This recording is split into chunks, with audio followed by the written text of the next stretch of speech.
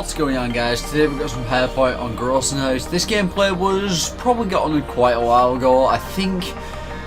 So hopefully you guys really enjoy it. It is a good gameplay with the sniper.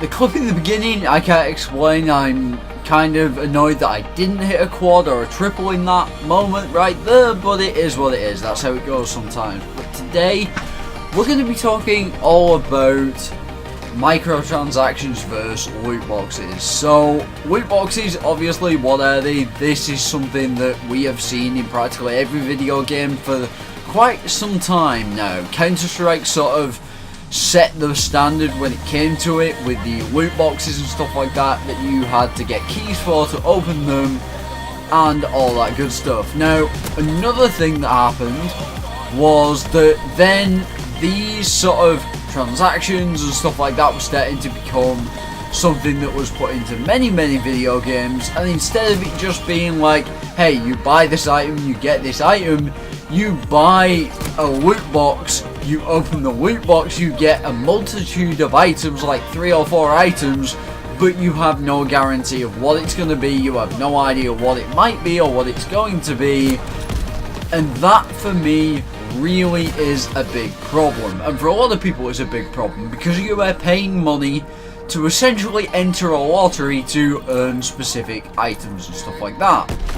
Now for me personally, if these items are all cosmetic, there is no change in anything, there is no changing any sort of thing that you are doing, there is no change in gameplay, there's no change in like gun statistics or anything like that, it's just like a weapon camo that you get out of that, I'm not that bothered. I think that's okay, and I think that maybe that's a way of going about it, but I still don't like the idea of it, because I would much rather pay my $1.99 or whatever and get the exact thing that I want. I want to be able to pay for the exact item, the exact thing that I want.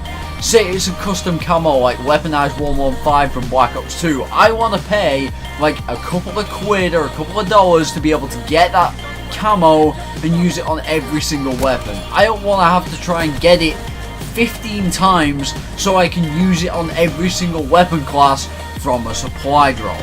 That is not how I want it to be. That's not how I think it should be either. I think that that is just taking advantage of the market and advantage of the situation that they are making money from this, and they're making quite the killing out of it, to be fair, because there is a lot of people that will dump like $1,000 into the game, say Black Ops 3 for example, to get the chance of unlocking a specific gun like a sniper rifle or something like that. And that is something else that I do not agree with the loot system boxes or the loot box systems, is you should not be putting anything that changes the core gameplay in them. I don't think that you should be able to put weapons in there, I don't think you should be able to put launchers in there, or anything like that. Camos, cosmetics only, and sort of weapon charms and stuff like that to me is okay, but as soon as you do what Black Ops 3 did, and that is release actual weapons like a PPSH that isn't actually in Black Ops 3 unless you unlock it via a supply drop, and there is no other way of unlocking it, I think that's out of order.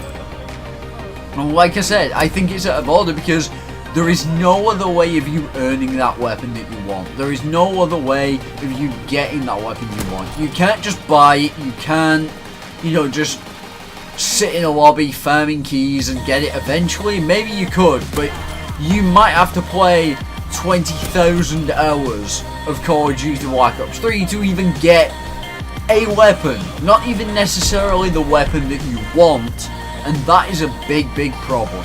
Now Black Ops 3 has recently done something kind of interesting which made me bring up this commentary, which made me think about this commentary, and that is the fact that they have added not DLC loot box items, they've added microtransactions. So you can now buy a character skin or a weapon camo for a dollar amount. This is much better to me than a supply drop is, because you are guaranteed that item. Call of Duty Ghost, Black Ops 2, not Black Ops 1, but I think Call of Duty Ghost and Black Ops 2 were the first 2 games to do it. And what did they do with that? You were able to get a specific camo, a specific thing that you definitely wanted, and a voice announcer pack that included Snoop Dogg or whatever in Call of Duty Ghosts, you were able to buy that announcer pack for like a couple of dollars or a couple of pound, and that meant that you could have Snoop Dogg as a voice pack, and you know, it'd be like Coolio or whatever, like it says something random, you know, while you're playing the game, and it made it a little bit more interesting, it made it a little bit different, it changed the game up slightly, and even that it was enough to keep some people playing. And for me personally, it's not about that, it's about the customization that it offers and stuff like that, but you're also able to just literally say, you know what we're going to do is we're going to, you know, buy this one thing, and it's a guaranteed on what you're going to get. There's a guarantee of what item you're going to get, and to me that's a lot better than having a randomized system where it's like, yeah, I might have to buy 50,000 supply drops to get this one sniper rifle that I want, or whatever. Now, I do not agree with weapons being in microtransactions unless it's free with the season pass, unless it's free via unlocking it via a challenge, or both the season pass or unlocking it via a challenge, or you can just buy it straight up. If it's like that and you have multiple options and you can either take the super fast route, or you can grind it out, or you can just get the season pass, then to me that's a much better way of doing things. But I do not see that happening. I don't know whether microtransactions are going to be replacing the loot boxes in Call of Duty. I would kind of hope that they go back to the old model of microtransactions in some sort of way. But like I said, if it's going to be for weapons and stuff like that, I want a challenge to be completed to unlock it. I do not want to go and just completely have not a clue or no idea at all about what I'm supposed to do to get this weapon. In Black Ops 3 currently, there is more DLC weapons than there is anything else. And to me, that is a huge issue. Because how many people are going to be able to get one or two of those weapons? Probably not very many people. And the ones that do get them, the ones that are fortunate enough to get them, how much money did they spend? Did they actually spend any money at all? Or did they luckily get them out of a supply drop? And 99% of the time, it's going to be them whales, them people that spend all that kind of money on all video games regardless, or on their favourite video game regardless, because they can afford to do it. Either that or they have an addiction to spending money in their favourite game, and that's where that can become a huge issue, because Activision is making millions, if not billions, from supply drops, because they're putting weapons in there, they're putting things in there that people can only get from them loot box system drops. And that means that the normal player base, for the most part, doesn't get to unlock everything. Another thing, a bugbear, is World War II right now. Emery credits. Yes, you can use them, yes, you can earn them, and yes, you can use them to buy new weapons. But the issue occurs is when you need more than like 40,000 Emery credits to unlock one weapon.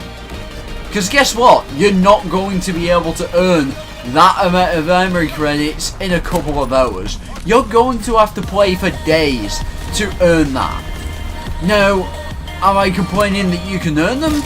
No, but I do think that the rate that you can earn that kind of stuff should be a lot easier and a lot higher. You should not have to grind for like 2 weeks straight to unlock, say, the lever action or the PTRS or something like that. You should be able to just go and get the weapon that you want right out the get-go by having a couple of 100,000 credits, or, you know, maybe make the earn rate quicker, or maybe put the price of them down. Say 1,000 per item that you unlock. So in all, it brings it to like 10,000 Emery credits to unlock the weapon. That to me is way more feasible than the 40,000 or whatever it is to currently unlock some of these weapons.